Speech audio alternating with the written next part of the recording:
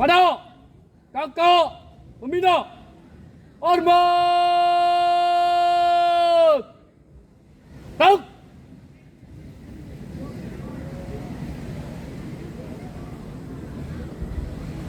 Tegak. Tahu?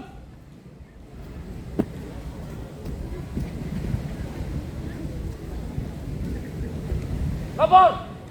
Upacara. Lapor. Upacara api unggun. Ambalan Sultan Hasanuddin Dut Mutia. Tugas depan 38067. 38068. Bangsawan SMK Negeri 6 Pandeglang. Siap, mulai. Laksanakan.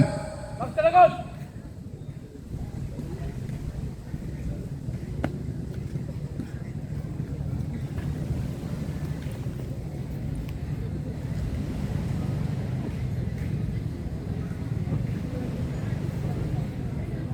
Assalamualaikum warahmatullahi wabarakatuh.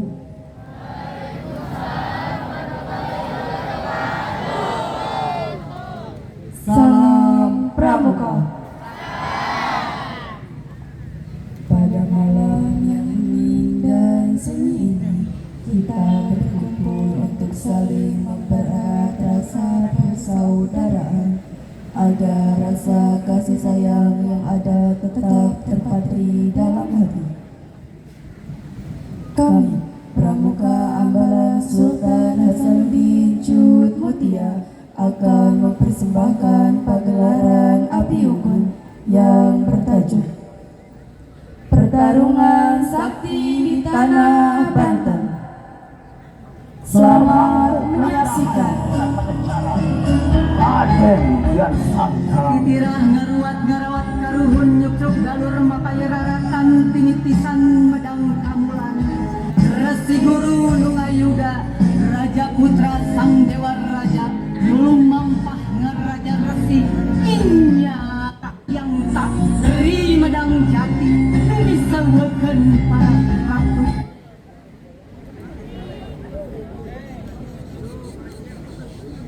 Al-Kisah tahun 1315 Masehi, Banten, tanah di ujung barat Pulau Jawa.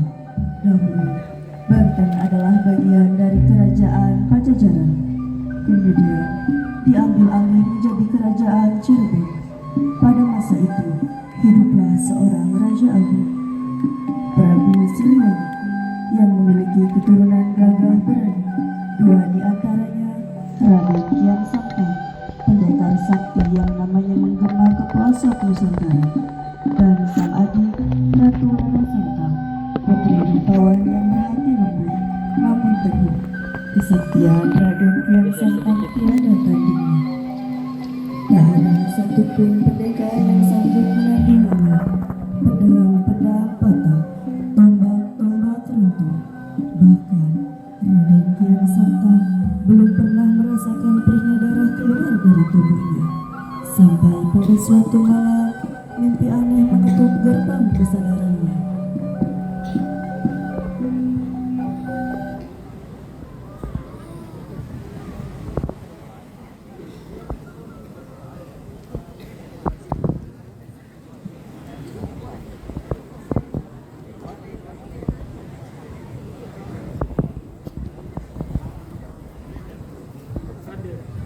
Ada seseorang yang mampu mengalahkan. Siapakah kakek sebenarnya?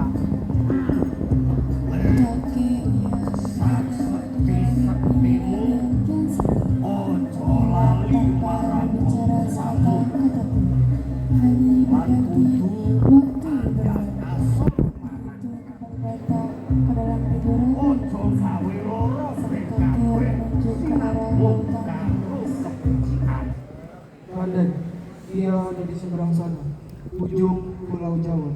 Ujung Pulau Jawa, apakah di Banten? Aku harus bisa menemukannya. Sejak saat itu, tekad Raden Kian Santang tak tergoyahkan. Ia menghadap ayahandanya, Prabu Siliwangi. Ia memohon izin untuk berjalan untuk pergi ke tanah Banten. Raden Kian Santang bermaksud ingin menemui Sayyidina Ali yang di dalam mimpinya.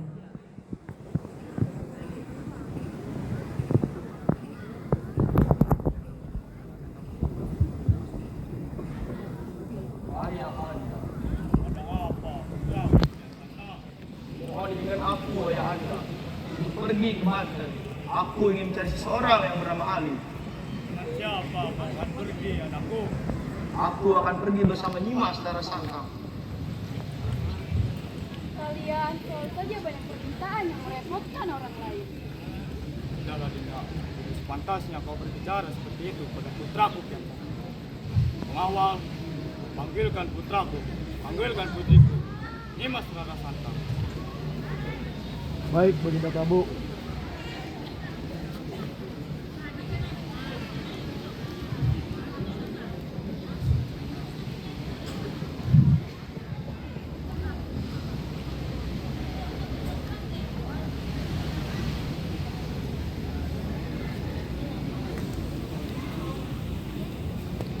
Mohon maaf Paduka, Ratu Rara Santang ingin menghadap.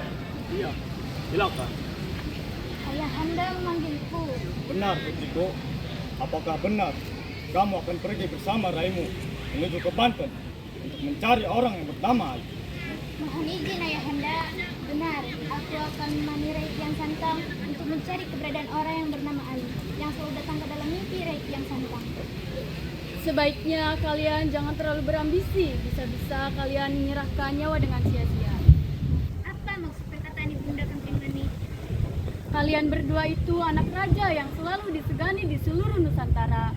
Buat apa kalian pergi berkenalan, membuang waktu saja? Cukup Dinda Kenting Manik. Kenapa Kanda selalu saja membela mereka? Baiklah, jika tekad kalian berdua sudah bulat, maka Ayahanda akan mengizinkan kalian untuk pergi. Terima kasih ayah anda. Tapi sebelum itu, apakah kalian sudah meminta restu dari ibunda kalian, Ibunda Subang Larang? Mohon maaf ayah anda. Kami berdua belum menemui Ibunda Subang Larang. Lekas temuilah ibunda kalian dan minta restu untuk perjalanan yang akan kalian hadapi. Baik ayah anda. Raden Kian Santang dan adiknya Rara Santang menuju ibundanya untuk meminta restu dari Jin untuk perjalanannya menuju Banten. Namun, seperti biasa, Kenting Manik yang tidak suka dengan mereka berdua selalu ikut campur dengan pembicaraan yang sedang mereka lakukan.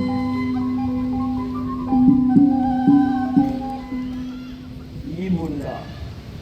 Iya, sebentar putraku. Mohon maaf Ibunda, kalau Rara dan Rai Kian Santang mengganggu Ibunda yang sedang beristirahat. Ibunda tidak merasa terganggu. Memangnya ada apa sehingga kalian berdua sampai datang ke sini, datang mencari Ibunda? Sudahlah Yunda, biarkan saja mereka pergi dari istana ini. Apa kalian tidak bisa mengurungkan niat kalian berdua?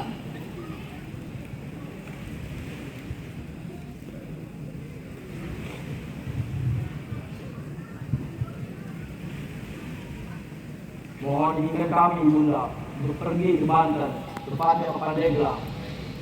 Kami berdua ingin mencari seseorang yang bernama Ali.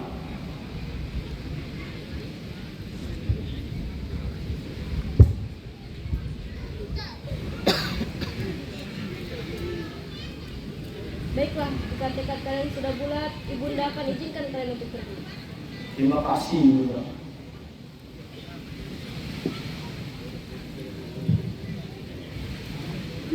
Baguslah. Semoga kalian selamat sampai tujuan. Kian Santang melarang adiknya Rara Santang untuk ikut bersamanya. Namun, Rara Santang bersikeras untuk ikut bersama Raden Kian Santang. Ayunda, kau yakin ingin tetap ikut bersamaku? Aku yakin Rai, aku akan ikut bersamamu untuk mengembara. Baik Ayunda, jika itu yang kamu inginkan. Akhirnya mereka melakukan pengembaraan Mereka bertekad teguh seperti lautan yang akan mereka lewati, dengan harapan yang penuh misteri yang membayangi setiap langkahnya. Hari berganti hari, bulan bertukar bulan, 8 bulan penuh mereka berjalan. Akhirnya mereka sampai di dermaga pelabuhan, dan tiba-tiba dia datang seorang kakek tua berjubah putih, berjalan perlahan seolah keluar dari dalam mimpi yang menghantui malam-malam kian santang. Senyumnya menenangkan, namun tatapannya penuh misteri dan rahasia yang tak terukur. Selamat datang anak muda. Assalamualaikum warahmatullahi wabarakatuh. Waalaikumsalam. Mari ketenangan. Mana kakek akan membawa kami? Nah, sepertinya kakek ingin tahu keberadaan Ali. Tapi Yunda, untuk apa kita datang jauh-jauh sini hanya untuk dipermainkan saja? Anak muda, jika kau ingin bertemu dengan Ali, maka cabutlah tongkat itu. Kakek, di negeriku berkekuatan bukan seperti ini. Tapi di negeriku ada olah kanuraga dan ada kekuatan. Cobalah saja dulu anak muda. Sepertinya kakek ini bukan orang sembarangan. Tapi Yunda, untuk apa kita jauh-jauh sini hanya untuk mencabut kayu rapuh? Anak muda, jika kau bisa mencabut tongkat itu, maka kau bisa mengalahkan Ali. Tapi jika kau tidak bisa mencabut tongkat itu, maka kembalilah ke negerimu, wahai anak sombong. Tatapan Kian Santang semakin tajam. Lengannya menggenggam keras. Ia melangkah mendekati tongkat itu dan menggenggamnya dengan kedua tangannya. Dan ia mulai menarik sekuat tenaga. Tarikan 1 kali, 2 kali, membuat tanah bergetar. Namun tongkat itu tidak bergeming. Ia mengerahkan seluruh kesaktiannya. Urat-urat menonjol, nafasnya menghilang. Namun tongkat itu terasa semakin berat, seakan menanjak hingga ke dasar bumi. Lihatlah, Kek, akan aku cabut tongkat ini. Akan aku tunjukkan kekuatan yang besar kepadamu. Hati-hati, Rai.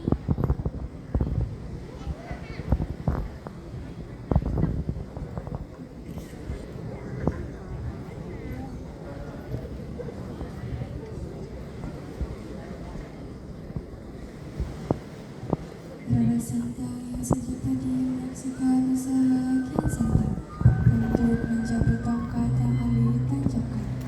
Ia hendak membantu, namun pada saat Rara Santang mencoba mendekat, ia langsung terpental karena besarnya kekuatan yang saling beradu. Rai, Yunda, mau kau tidak apa-apa? aku baik-baik saja, Rai. Syukurlah Yunda. Akhirnya mereka tertunduk. Wajah mereka menggambarkan keputusasaan karena tidak berhasil mencabut tongkat yang Syekh Ali tancapkan. Hei, kakek tua. Aku mau kalah. Aku tak mampu mencabut tongkat itu. Jangankan melawan dirimu. Jangankan melawan Ali. Bahkan melawan dirimu pun saja aku tak mampu. Tapi jika aku bertemu dengannya, jika aku berguru dengannya, Anak muda, jika kau ingin bertemu dengan Ali, maka akulah Ali. Raden Kian Santang dan Rara Santang terperanjat, mereka segera menunduk hendak bersujud. Namun tangan Syekh Ali menahan mereka dengan tegas. Bangun anak muda. Jangan bersujud kepadaku. Bersujudlah kepada Allah Subhanahu wa Ta'ala yang menciptakanmu. bimbinglah kami menjadi muridmu, Kek. Aku juga, Kek. Anggaplah kami berdua menjadi muridmu dalam ajaran dan ilmu. Baiklah anak muda. Terima kasih, Kek. Raden Kian Santang dan Ratu Rara Santang bersedia masuk ajaran agama Islam, dan disinilah mereka menemukan cahaya. Mereka bersyahadat masuk agama yang diridhoi Allah, Islam. Singkat cerita, di abad 16 sebelum Masehi, Setelah Ratu Rara Santang dan Raden Kian Santang mempelajari Islam dengan sepenuhnya,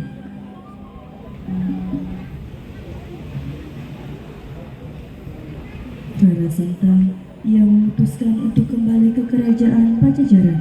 Di sisi lain, Raden Kian Santang melanjutkan perjalanan menuju tempat kediaman Prabu Pucuk Umar. Hari berganti hari, malam demi malam dilewati. Kini, tibalah Raden Kian Santang di hulu sungai Ciujung, tempat kekuasaan Prabu Pucuk Umar. Alhamdulillah, aku sudah sampai di tempat tujuanku. Aku harus segera bergegas sebelum matahari mulai gelap.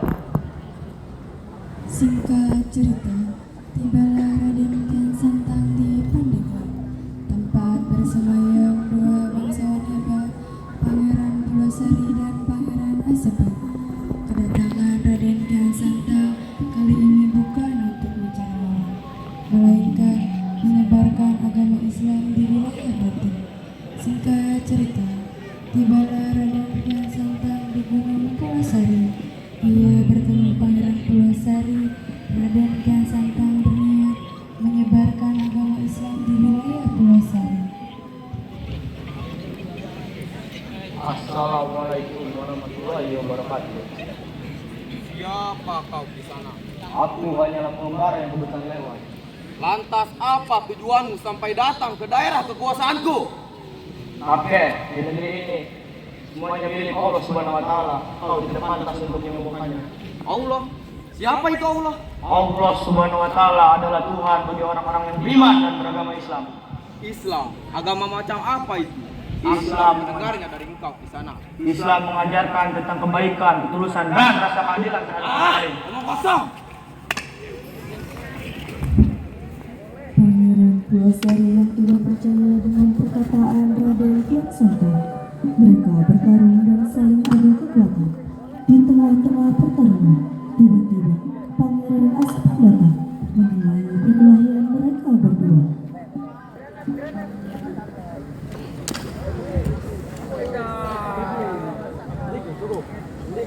Apa yang membuat kalian kami bertarung seperti ini? Seorang pengembara, ia menyebarkan kalimat-kalimat yang merendahkan Tuhan kita dan berkata bahwa Allah Subhanahu wa Ta'ala adalah Tuhan semua orang, dan bagi mereka yang beriman kepadanya akan diberikan kekuatan dan kebaikan. Apa itu benar di sana? Insya Allah semua yang aku katakan adalah benar. Jika apa yang kau katakan itu benar, aku akan ikut beragama yang kamu percayai. Aku akan mempelajari apa yang kamu pelajari. Kamu bisa mengatakan atau apa yang kamu katakan. Raden Kian Santang melakukan ilmu Raga Sukma atau ajian membelah diri. Akhirnya Pangeran Pulasari dan Pangeran Asepan tersadar bahwa yang mereka hadapi adalah Raden Kian Santang, putra mahkota Pajajaran. Singkat cerita, Pangeran Pulasari dan Pangeran Asepan ikut memeluk agama Islam bersama Raden Kian Santang.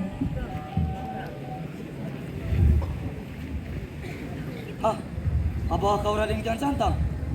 Kian Santang, bukankah? Benar, Paman, aku Kian Santang. Maafkan atas kerancangan hamba, Raden. Mohon ampun Raden, hamba tidak tahu kalau yang hamba hadapi adalah Raden Kian Santang. Bangunlah, Paman. Segeralah kalian bertaubat kepada Allah Subhanahu wa Ta'ala, Tuhan bagi orang-orang yang beragama Islam. Baiklah, Raden. Bimbinglah kami Raden. Dakwah yang mengguncang tanah Banten membuat Islam menyebar dengan cepat. Murid-murid Raden Kian Santang datang dari segala penjuru. Namun langkahnya tidak berhenti di situ. Ia berniat bertemu pamannya, Prabu Pucuk Umar, di tanah Kelak, tempat para Jawa Sakti berkuasa. Dan di puncak kekuasaan berdiri seorang raja yang namanya mengguncang dunia persilatan, Prabu Pucuk Umar, penguasa Banten. Prabu Pucuk Umar bukan sembarang raja yang mengurus bumi.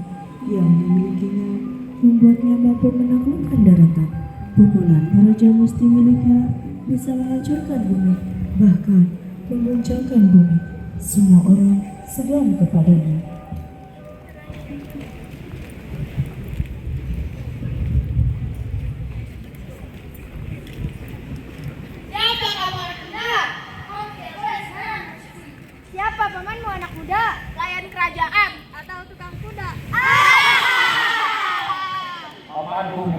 saudara yang kalian sebutkan, kami memandu paman Bucuk.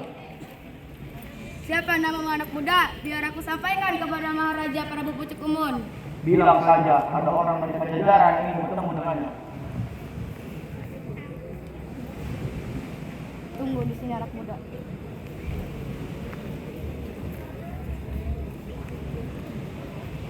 Ada apa, Panglima? Sampai kau menghadap kepadaku? Mohon ampun Paduka, kita hamba mengganggu, tapi di luar gerbang sana ada anak muda yang ingin bertemu dengan Paduka. Dia berasal dari Pajajaran. Pajajaran? Sudah dia, Mas. Baik Paduka.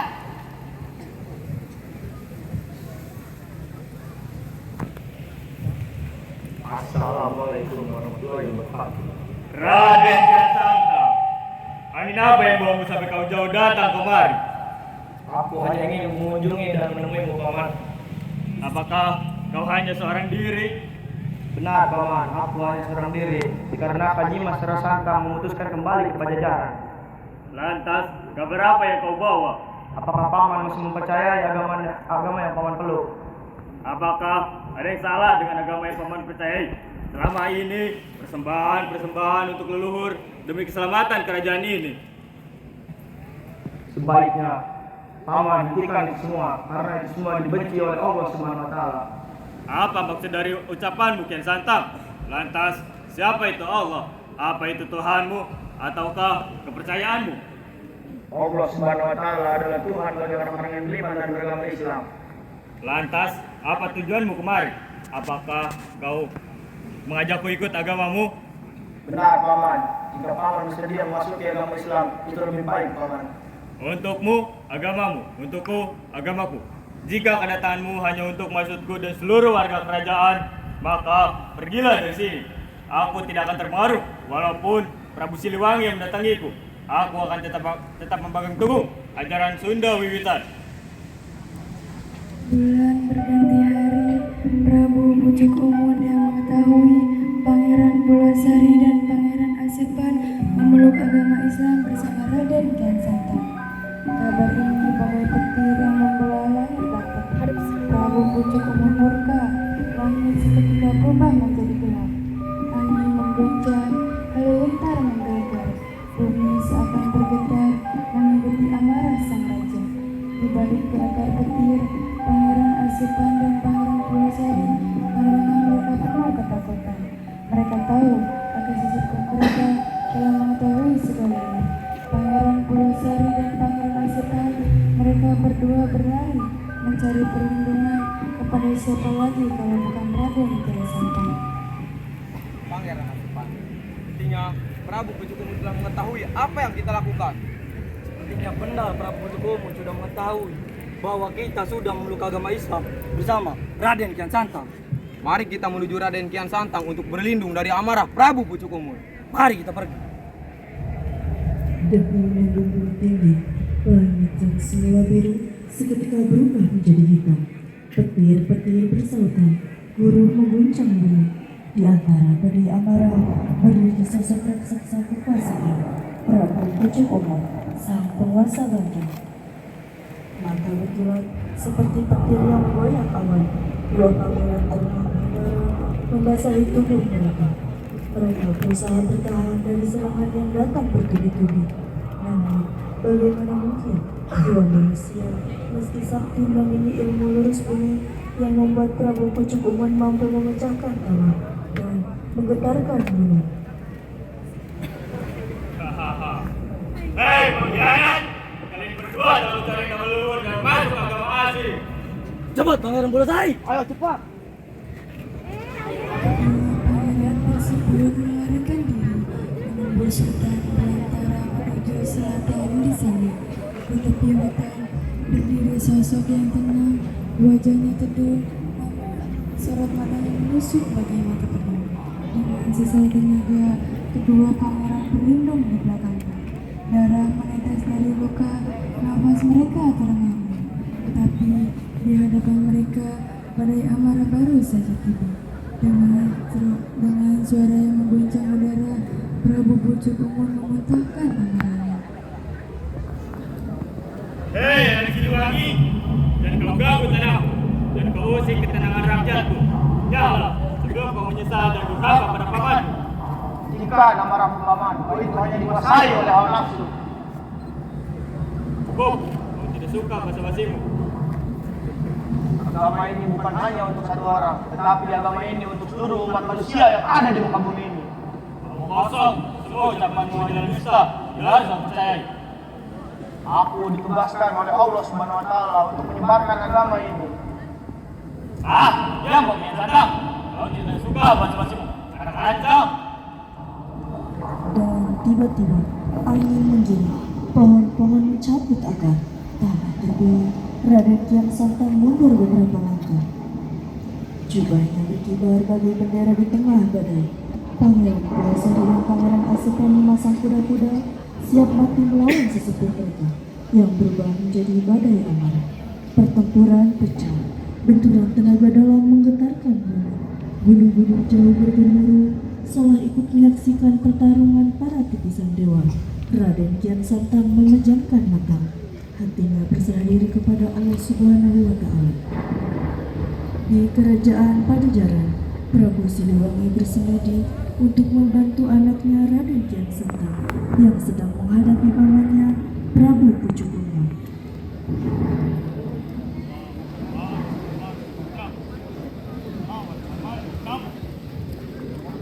Prabu Siliwangi melakukan semedi, mengeluarkan raganya untuk bertemu Kian Santang.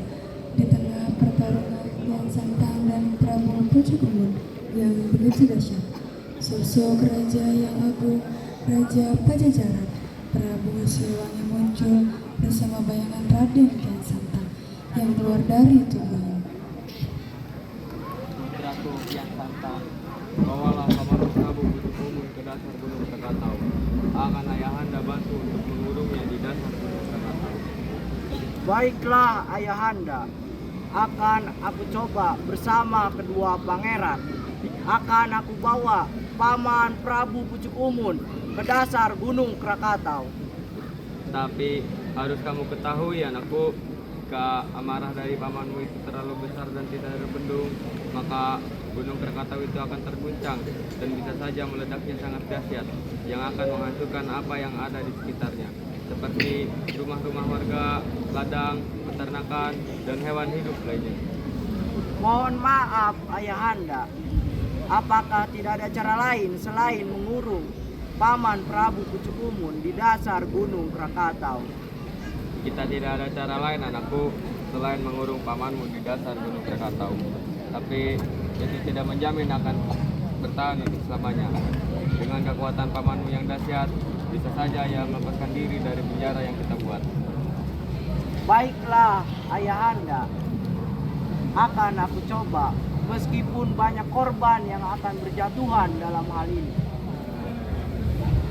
Raden Kian Santang dan kedua pangeran berhasil membawa Prabu Pucuk Umur ke dasar gunung Krakatau. Prabu Pucuk Umur yang merasa sedang dipermainkan, ia mengerahkan seluruh ilmunya. Namun tiba-tiba muncullah ayah dari Kian Santang, Prabu Siliwangi. Ia membawa pasukan balapati yang dipersiapkan untuk mengurung dan membelenggu Prabu Pucuk Umur di dasar gunung Krakatau.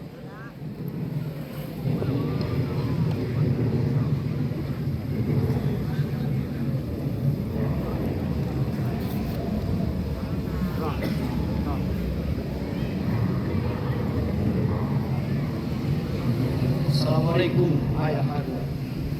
Assalamualaikum Prabu Siliwangi. Kalian berhasil membawa paman Prabu Pucuk ke dasar gunung Krakatau. Kita harus cepat hentikan amarah yang semakin memuncak, karena ini sangat berbahaya. Tapi ayahanda, bagaimana kita mengurung paman Pucuk Umur dengan ukurannya yang begitu besar? Mohon maaf Prabu. Saya sudah kehabisan tenaga untuk melawan Prabu Pucuk Umur. Hamba pun sama Paduka Prabu. Badan kami seperti hancur dan tulang-tulang kami terasa patah karena ajian dari bumi Prabu Pucuk Umur. Kalian tenang saja. Ayahanda sudah membawa 10 pasukan balapan membantu mengurus pamanmu di dasar gunung Krakatau. Baik ayahanda. Pasukan Balapati melakukan perlawanan kepada Prabu Pucukumun. Dengan ajian Halimun Geni, pasukan Balapati membakar badan Prabu Pucukumun. Dan di sisi lain, Prabu Pucukumun mengerahkan puncak ilmunya. Namun, tiba-tiba tubuhnya terasa panas, membakar dari dalam serangannya berbalik. Kekuatan yang ia kendalikan kini menyerang dirinya sendiri. Dalam kepanikan, ia mengerahkan ilmu liris bumi. Untuk melarikan diri, bumi terbelah, tanah menutup jejaknya. Tapi pasukan Balapati tidak tinggal diam. Mereka mengejarnya dan sudah menyiapkan perangkap untuk mengurung Prabu Pucukumun. Kejar mengejar berlangsung hingga di tengah gunung Krakatau. Di sanalah dengan kekuatan pedang Zulfikar dan kujang sakti Prabu Siliwangi yang agung, Prabu Pucukumun akhirnya tertangkap. Namun atas permintaan Raden Kian Santang, Prabu Pucukumun tidak dibinasakan. Ia dikurung dalam kerangkeng besi di bawah gunung Krakatau. Lalu kemarahan Prabu Pucukumun yang sudah melampaui batas manusia, ia memukul tanah dan menghancurkan dasar gunung Krakatau yang membuat gunung Krakatau meledak.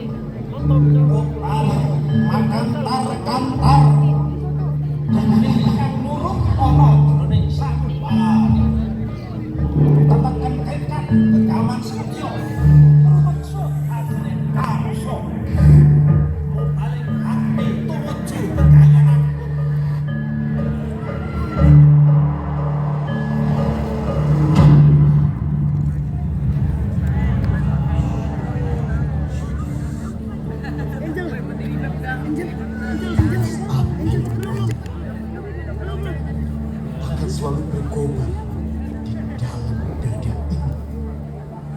Kami, kesatria, tidak akan pernah tunduk pada kejahatan yang menghancurkan detik ini kalian kalahkan kami. Tapi pada detik ini juga kami akan bangkit 1000 kali lebih kuat.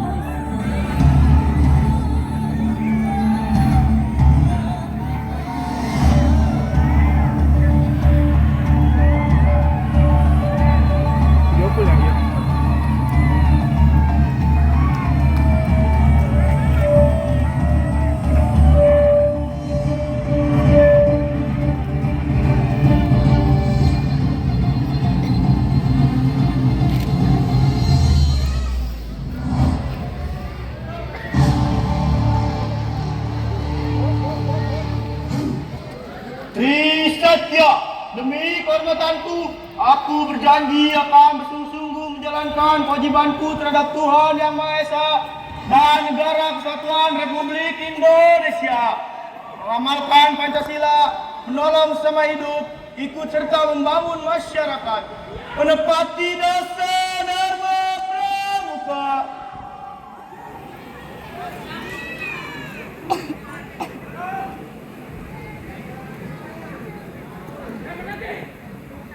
Takwa kepada Tuhan Yang Maha Esa.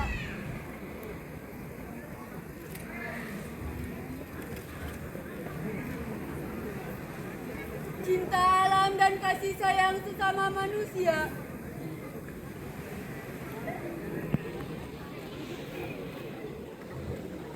Patriot yang sopan dan kesatria.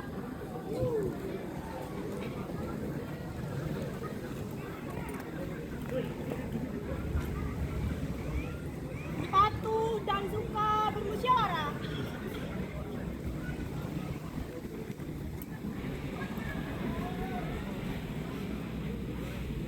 Rela menolong dan tabah.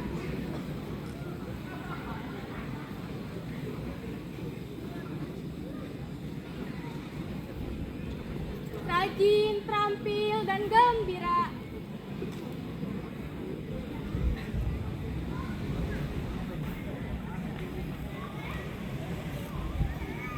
Hemat, cermat, dan bersahaja.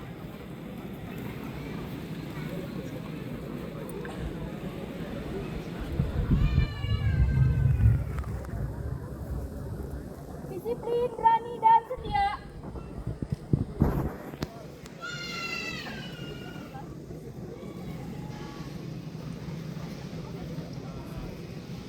Bertanggung jawab dan dapat dipercaya.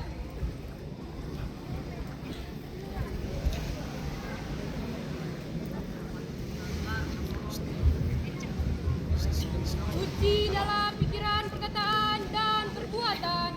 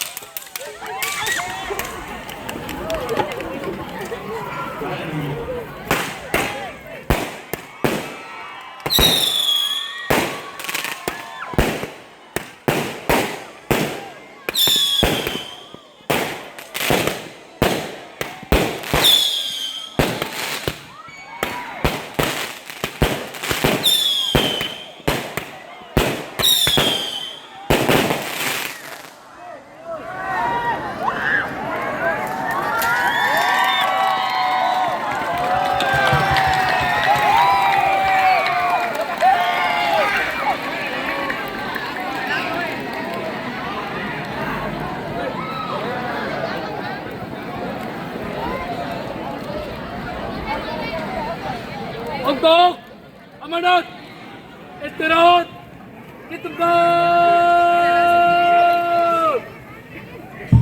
Out. Bismillahirrahmanirrahim. Assalamualaikum warahmatullahi wabarakatuh. Salam pramuka. Terima kasih. Alhamdulillah syukur wa nikmatillah wala haula wala quwwata illa billah ma ba'du. Selanjutnya kita malam hari ini khususnya memanjatkan puji serta syukur kepada Allah Subhanahu wa taala yang alhamdulillah kita di sini insya Allah semuanya diberikan satu nikmat yang paling mujarab yaitu sehat walafiatnya. Terima kasih juga pada semua unsur atas terselenggaranya kegiatan penerimaan tamu Ambalan di Ambalan Sultan Hasanuddin Cutmot Jaya, garis depan 35067 35068 di Pangkalan SMK Negeri 6 Pandeglang. Alhamdulillah bisa dilaksanakan dengan penuh hikmat, semangat, dan tentunya lancar. Begitu pula pada kakak-kakak panitia, khususnya kakak ucapkan banyak terima kasih atas semangatnya mempersiapkan setiap momen, setiap event yang diselenggarakan.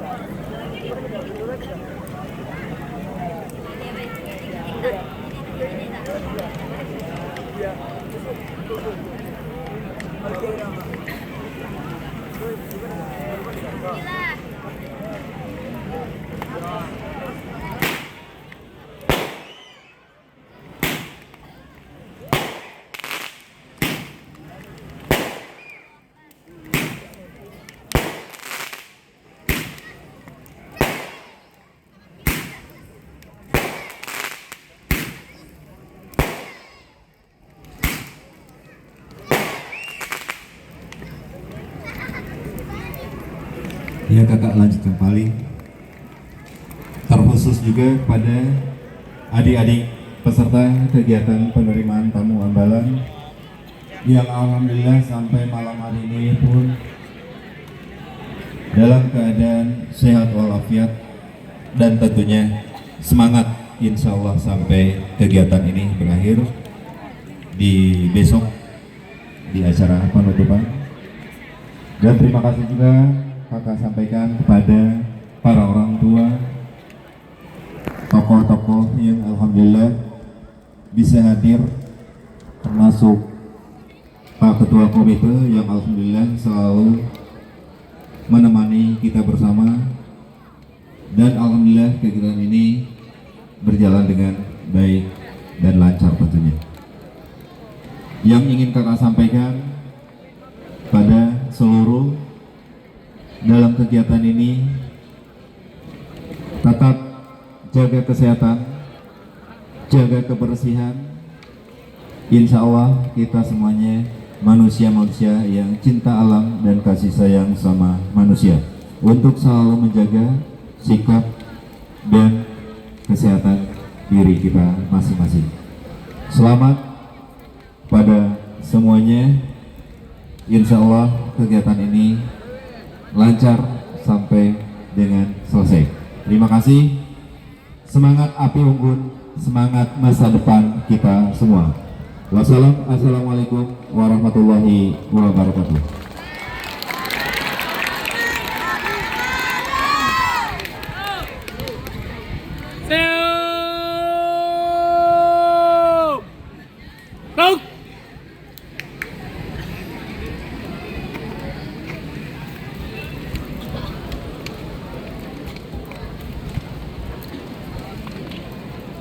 Upacara api unggun telah selesai dilaksanakan.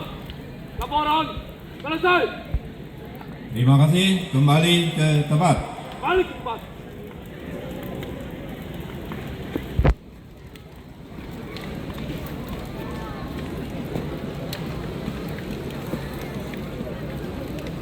Pano, kakto, pembina, hormat. Ruk.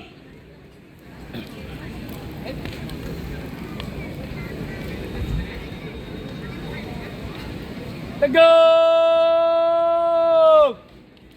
Ruk.